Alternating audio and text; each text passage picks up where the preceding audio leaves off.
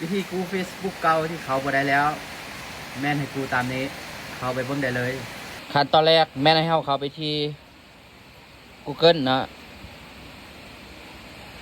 พิมพ์เข้าไปว่า Facebook หลังจากเข้ามาหน้านี้แล้วให้ติ๊กที่ Facebook หลังจากได้หน้านี้แล้วแม่นให้เฮาติ๊กซะว่าลืมรหัสผ่านใช่หรือไม่หลังจากนั้นให้เราเข้าไปที่หมายเลขโทรศัพท์หรืออีเมลตรงนี้คือ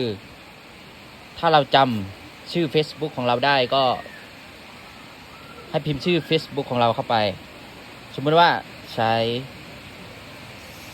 เสนาแล้วก็กดดำเนินการต่อเนาะแต่ถ้าว่าเฮาบ่ชื่อ Facebook ของเฮาแม่นให้เฮาพิมพ์อีเมลของเฮาเนาะถ้าชื่ออีเมลของเฮากับพิมพ์เข้าไปเนาะสมมติว่าใช้เนาะ354@gmail.com จังซี่เนาะก็คือให้เฮากดดำเนินการต่อไปเพียงเท่านี้ Facebook ของเฮาก็จะสามารถกู้กลับคืนมาใช้งานได้แล้วเนาะถ้าท่านคิดว่าคลิปนี้มีประโยชน์เนาะก็ให้กดไลค์กดแชร์กดติดตามเอาไว้มันจะได้บ่พลาดคลิปดีๆต่อไป